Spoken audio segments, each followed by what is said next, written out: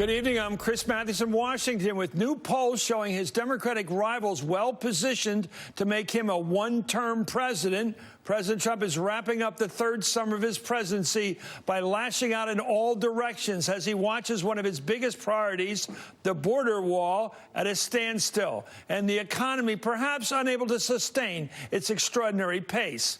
What seems to be unsettling the president are the poll numbers. With the election 14 months away, a new Quinnipiac poll shows Trump trailing each of the top four Democratic candidates by double digits. Look at these numbers. Former Vice President Joe Biden leads him by 16. Senator Bernie Sanders is up by 14. Senator Elizabeth Warren by 12. Senator Kamala Harris up by 11. Meanwhile, New York Senator Kirsten Gillibrand, beset by low poll numbers, announced late today she's leaving the presidential competition. But the president does not get more than 40% in these polls in any of the matchups with the Democratic frontrunners. 40% is his top. Trump has held an approval rating in the low 40s in most polls, and the Real Clear Politics average has him at about 43. Now, Trump's been counting on the reasonable prospect that once the Democratic nominee is actually selected at the convention next summer, his position will be strengthened, that he will look better in comparison. But those new numbers just out now, the matchup numbers, may explain why in recent days we have seen the president attacking everyone that he thinks has done him wrong. Lobbing attacks at the mayor of San Juan in Puerto Rico as the island braces for Hurricane Dorian. Attacking Fox News, which used to be his favorite channel, but he now says it isn't working for us anymore. And, of course, his default target, the media. And with the new poll numbers putting him back up against the wall, the president's reverting to his standard playbook and crowd-cheering hits like "Build the Wall." Well, the Washington Post reports that the president is so eager to complete hundreds of miles of border fence ahead of the 2020 presidential election that he's directed aides to fast-track billions of dollars worth of construction contracts, aggressively seize private land, and disregard environmental rules. Well, the president's telling aides he would pardon, that's his word, them should they have to break the law to get that wall built. Well, the Washington Post adds the president has told senior aides that a failure to deliver on the signature promise of his 2016 campaign would be a letdown to his supporters and an embarrassing defeat. That's how he sees it. The president's denying that he offered pardons, tweeting it was made up by the Washington Post only in order to demean and disparage fake news. For more, I'm joined by U.S. Congressman Jackie Speier from California, Robert Costa, national political reporter for the Washington Post, Jason Johnson, politics editor at The Root, Katie Rogers, White House correspondent for the New York Times. Congresswoman, I love politicians who tell me they don't read polls, and yet everybody reads polls, everybody pays for them, everybody acts on them. This president seems to be acting on these polls. They're scaring the Jesus out of him. He seems to think he could lose to Kamala Harris, lose the socialist, the self-described socialist, Bernie Sanders. He loses to all. Do you believe he's in that deep water right now? Just the numbers. Do you believe him? I think that he believes those numbers, and I think that he's showing paranoid symptoms, and it's becoming very worrisome. Probably the best poll number in terms of him recognizing he's in trouble is that now polls show that the public believes the economy is not helping them 37% and is helping them 31%. Well, wait a minute. So you are distorting that number. Congresswoman, you're distorting the number. 61% of the new poll you're quoting say the economy is in an excellent shape right now. 61% say it's excellent, and of the 60, 30-something of them, it's getting better than excellent. And you're saying you give me the 37% at the wrong end of the fact there. The big fact is they do like the economy. Well, the statistics I just saw showed that the question that was asked relative to is the economy working for you, it was 37% no, 31% yes. So maybe we're talking about two different polls, Chris. I guess we are.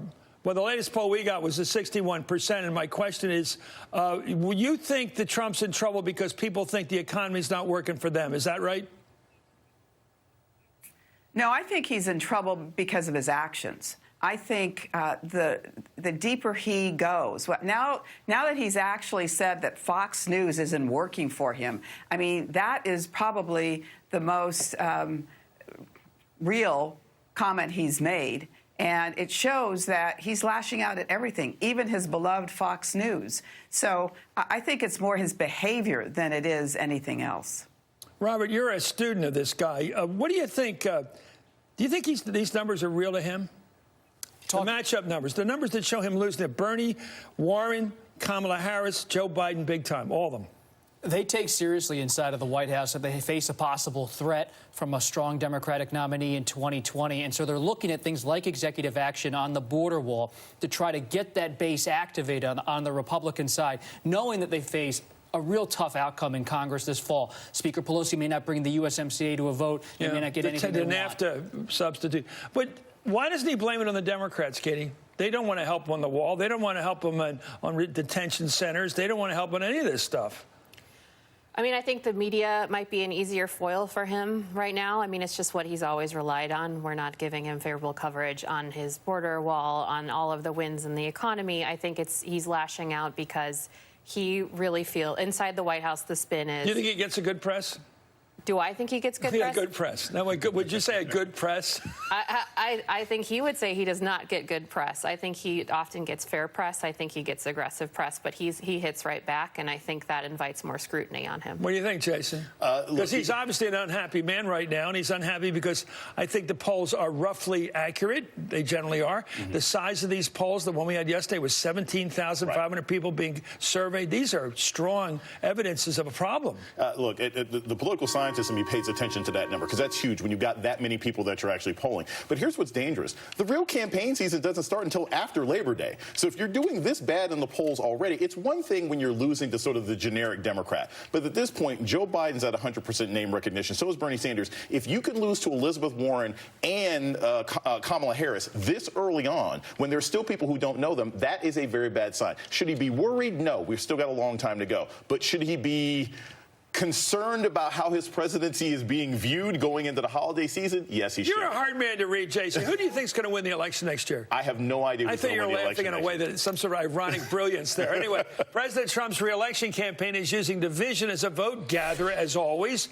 In a campaign email responding to Alexandria Ocasio-Cortez's call to abolish the Electoral College, the campaign email says, "This is our country, not theirs." The language is very similar to Trump's racist attacks on Cortez and the three other Democratic women of color, Congresswomen Tlaib and, of course, Presley and Omar, last month when he suggests they should go back to the countries they originally came from. All 4 U.S. citizens, and 3 of them, by the way, were born here in the U.S. Congresswoman, let me ask you about the way he goes after people. I mean, it seems to me that when he goes after Puerto Rico, he's blaming Puerto Rico today because they may have a hurricane coming on, Dorian, as if it's their fault. That must be aimed at people that just don't like people from Puerto Rico. I don't get the attitude otherwise. Your thoughts? Well, he's blaming Mother Nature, too. He has to deflect always what he should be taking responsibility for. He makes his bad news. When he goes on and says that Vladimir Putin should be brought back into the G7, and then he starts talking about Doral. And, once again, he's pimping on behalf of himself or on behalf of Vladimir Putin. And the American people have got to ask the question. You're amazing. How do you just why is he that? President?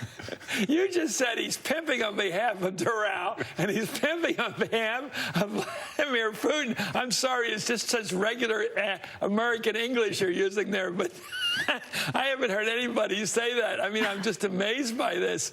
Go ahead, explain that for people that are not familiar with the normal language of the people. But pimping, you think he's out there just hawking his goods, trying to make a buck?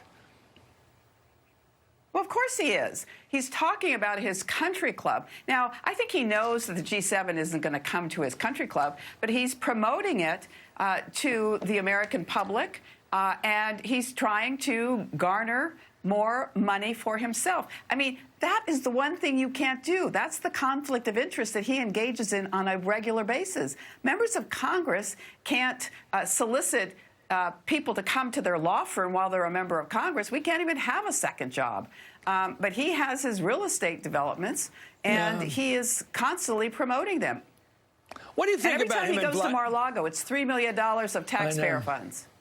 Let me ask you about the word. We won't have the word pimping again. I just used it. But this thing about Russia, I have to tell you, he looks like he's working for Vladimir. He, even when everybody in the whole world's watching him under a microscope, looking for evidence that they got the dossier on or they got something on him, that he's out there working for him to get into the G7. What is the motive, the passion that explains this president's seemingly priority to get the Moscow crowd and all the oligarchs into the G7? Why is he doing it? I think his tax returns may give us the answer. That's the only way I can explain it. The truth is that during his campaign operatives met with Russian operatives at least 34 times. His campaign chair met with a GRU operative, Konstantin Kalimnik, handed over polling data. Right. There were over 250 contacts with Russia. That is not normal. And I think the American public needs to recognize that there's something really smelling about what goes on between Vladimir Putin and Donald Trump. Robert Costa. Congresswoman, with all of this that you just laid out, is it time for Democrats to pressure Speaker Pelosi to move forward with articles of impeachment? Yes. Now. Yes. So don't hold out to try to do a deal on USMCA. Move forward now. That's what you're saying. I'm sorry.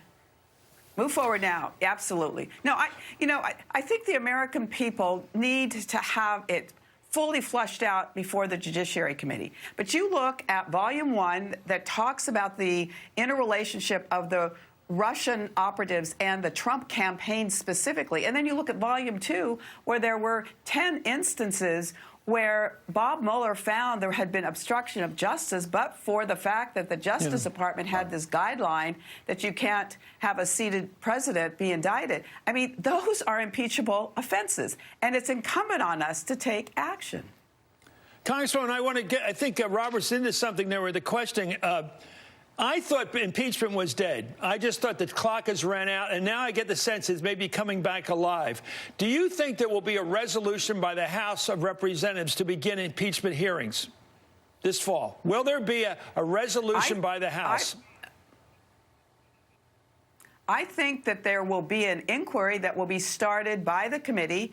You don't need an actual resolution by the House based on votes that have already been taken. So the inquiry will begin. I think that you will have the committee meeting and going through much of the evidence. And I am one of those that believes we should actually bring it to the floor for a vote. When the most risky members, the members who won in districts in which Trump had large wins, when they can come out in favor of impeachment, I think this discussion that somehow marginal Dems need to be protected is not as relevant. I never thought it was relevant, frankly. I mean, we have an obligation. And there is such a reckless person in the White House. He is alienating all of our allies. He has corrupting tendencies. He violates the law. And we sit here on our hands? I don't think so. You know, I think, Jason, what the congressman is saying, they're going to try to continue the inquiry without having a resolution. But I think they're going to need a resolution for people to think it's serious. Bring it to the table. You have to get 218 votes to begin the resolution like they did against Clinton, even. And see, here's the thing, Chris. This folds into what we were just talking about. If you've got, not to say that these polls are going to stay solid for the next year, but if you have Democrats with this much of a lead heading on the President of the United States, this notion that, oh, gosh, we can't do it because it's going to cost us seats, it's not true. Either put forward and go through with the impeachment process or don't. People don't want to hear about inquiries. But they're still afraid, Katie, of the word acquittal. They're afraid if it goes to the Senate, even if it clears the House with 218 for impeachment, articles of impeachment, and then goes to the Senate, and the Senate doesn't get its 2/3, Trump will say, I've been acquitted, and he'll dance before the American people like the winner. I think if one thing the president has signaled in the past few months is that he's almost dared the Democrats to go forward. One thing that this has Does shown, he want it? I think he appreciates the infighting among the Democrats on the impeachment question for sure, and I think he invites the political battle that will follow. And I don't know if he invites. When has Trump not declared himself the winner? He always says he's winning. He always says he's winning. Thank you, Congressman, so much. Come on, Jackie Speier of California. Thank you for coming on tonight. Robert Costa, Jason Johnson, Katie Rogers. Thank you all. Coming up, Joe Biden's campaign.